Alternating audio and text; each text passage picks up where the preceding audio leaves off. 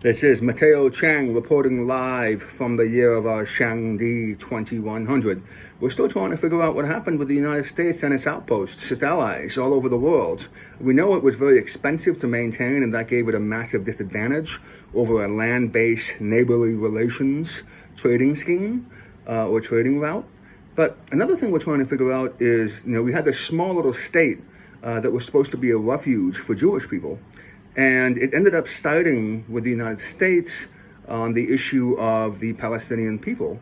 And it displaced so many people. I mean, we don't really know the numbers, but we're talking about 90% of the population was displaced. Their land was stolen from them. So on the one hand, it's quite easy to see some overlap because you've got, the United States, which displaced the Native Americans. You have the people within the state of Israel, which displaced the native people there as well, although they're both native, but one of them essentially, became an imperial outpost and got the power of that, of that protection, and then used the power to displace their neighbors, essentially. And so we're trying to figure out what exactly happened there. And one thing you have to understand is that when you become an imperial outpost, you're not necessarily, representing yourselves anymore. You're representing the interest of the empire.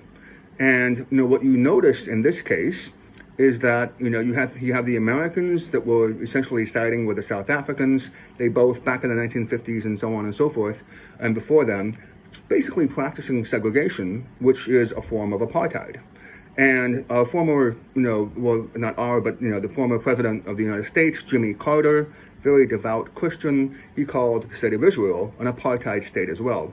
But in fact, remember, it's just a reflection of the empire. So if the empire learned from South Africa back in the day, which was undisputedly an apartheid state, it even put Nelson Mandela in jail and so on and so forth. What did Israel do? It put, I think a staggering number of Palestinian men in jail, including political leaders. And so, but look at the United States. It did the same thing. It jailed Martin Luther King. It shot Malcolm X. So you can draw pretty much a straight line, right, from South Africa to the United States to Israel. But one thing that people don't really understand is that the American Jewish people, Bernie Sanders, Jill Stein, were not in favor of supplying weapons to the state of Israel. And so when you look at that contrast, you start to remember that, the state of Israel was an imperial project. It sort of advertised itself as being a refuge for Jewish people. But in fact, the United States was the one that accepted Einstein. The United States, of course, Israel didn't exist at that point, but it was actually the United States that really became a haven for Jewish people who were fleeing persecution. And it does deserve credit for that.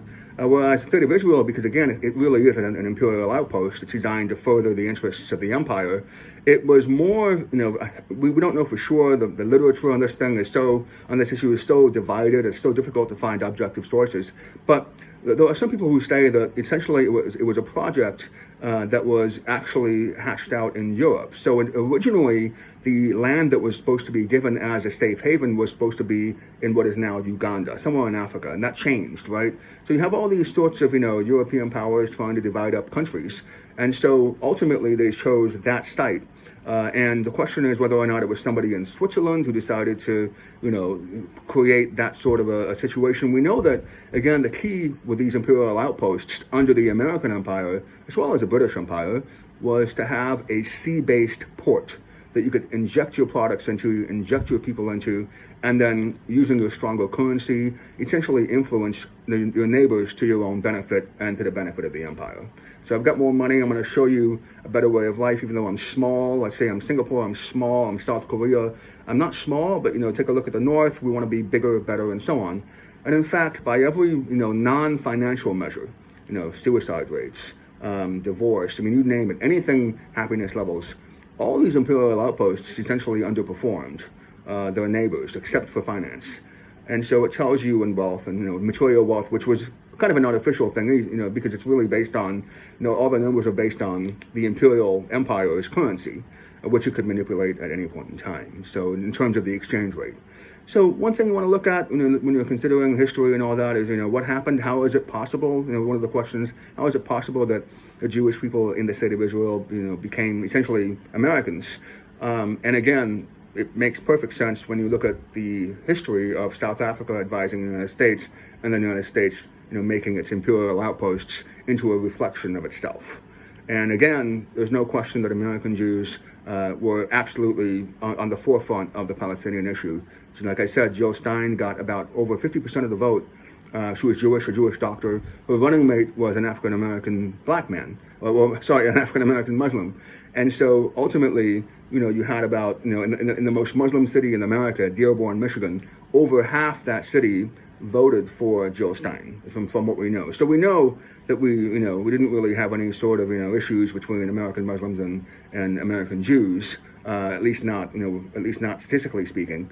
And so a lot of that was manufactured because, again, no imperial outpost wants to be like Cuba. They don't want to end up like Cuba post-Soviet Union, which, once you lose the backing of the empire, you become impoverished. And so nobody, whether it was Taiwan and so on, they all had an interest in fomenting chaos in order to prevent themselves from becoming financial losers within this vast, expensive empire. So what do we know about the Americans back then? We don't know everything about the Americans, but we do know that China was supporting Palestine since 1955, as well as other developing nations, and that gave China a moral advantage that the United States, just as an apartheid state, didn't really quite have.